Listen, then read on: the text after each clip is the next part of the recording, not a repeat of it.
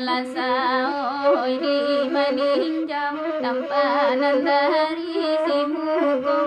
konde ana oi simu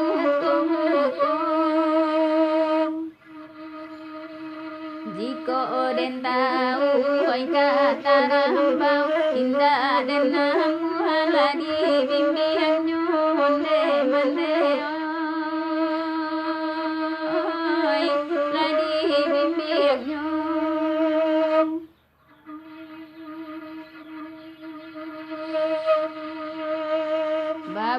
babururang dibuki bule dape larus oi balang tigonde kandung oi balang tigon mali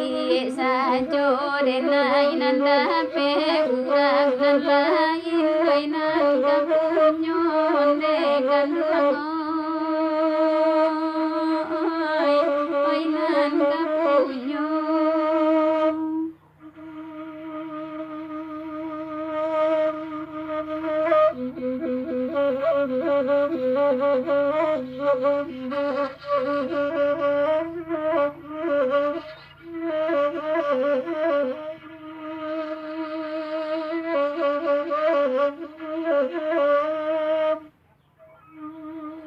jiko den tahu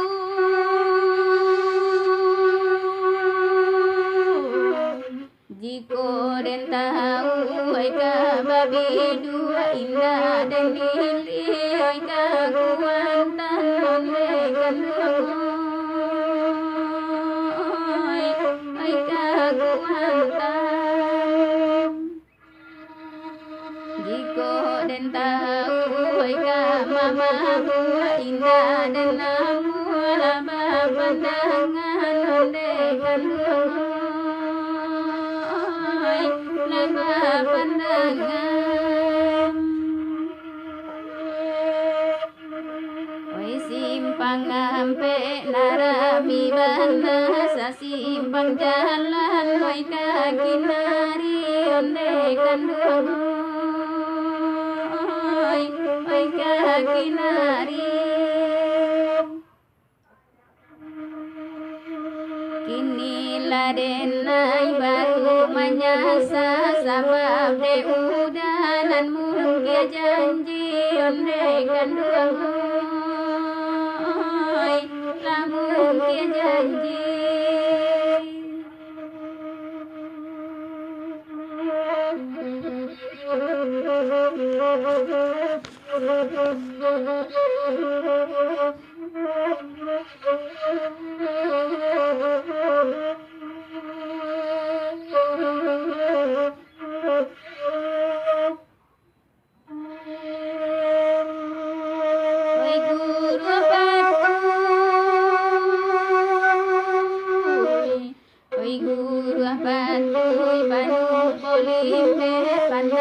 tajam mulai di subaran onde kandung oi di subaran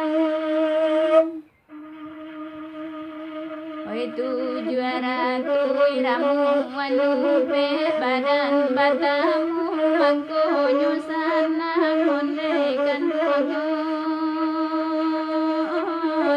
mangko nyusanang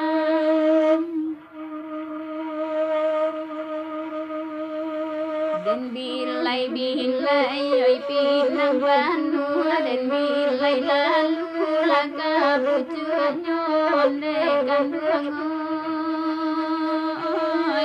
laka bucunya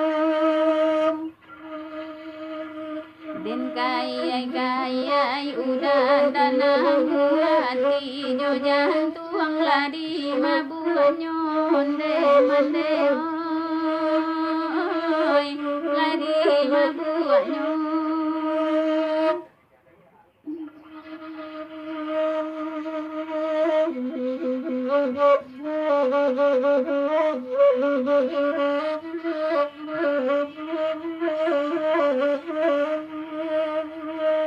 Thank you.